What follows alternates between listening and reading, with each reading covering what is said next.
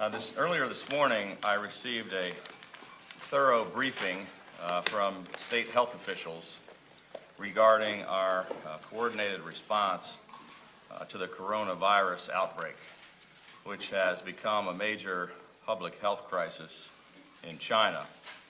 And our administration's first and most important priority is keeping Marylanders safe. And we want our citizens to know that all levels of government are working together to respond to threats to public health. Now, while there have been no confirmed cases of coronavirus here in Maryland, one individual has met the criteria for testing by the Centers for Disease Control and Prevention. This individual is in good condition and remains in isolation while pending the results of testing.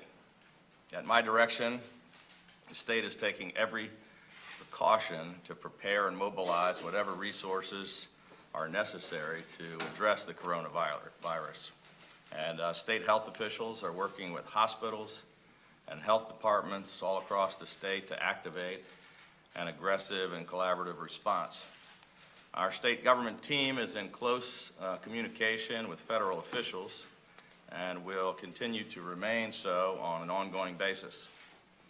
We are in communication with state and federal officials at BWI Airport to implement protocol for incoming flights and to ensure that all travelers are appropriately informed.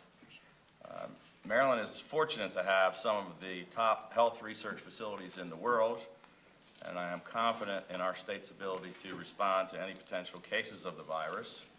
I also expect that we will be a leader in developing treatments and perhaps even a vaccine to respond to this crisis. So while there is no need for immediate concern, we are taking this issue very seriously, and we encourage Marylanders to stay informed by visiting health.maryland.gov/coronavirus to follow all of the latest updates. And we will continue to provide information as it becomes available and as the situation develops. Now, on a totally different topic, I want to move on to an issue that Comptroller Francho has been passionately working on for many years. That is Maryland's return to the tradition of starting schools after Labor Day, which has the strong support of an overwhelming majority of Marylanders. After many years of public outcry, in 2013, the year before I was elected, the legislature voted 170 to 7 to pass legislation which mandated a state commission to study returning school dates to the traditional after Labor Day start. And the previous governor signed this bill into law and appointed a legislatively mandated commission that included members of the Maryland State Senate, members of the House of Delegates, the state superintendent of schools, representatives of local school systems, including local teachers, representatives of the teachers union, parents, students, and members of the small business community. This legislatively mandated commission held hearings, obtained expert testimony, and spent more than a year studying and debating this issue in great detail before reaching their final determination in May of 2014, when the commission voted 12 to 3 in favor of returning to a universal school start date after Labor Day.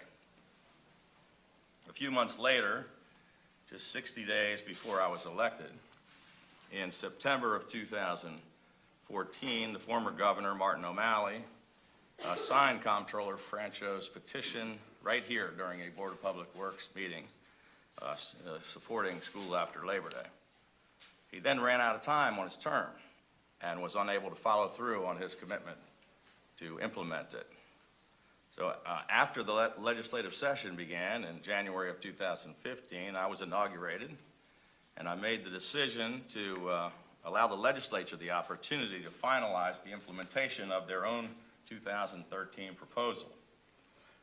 Because of undue pressure from a small group of political operatives and special interest groups, the legislature failed to implement the overwhelming recommendation of their own commission.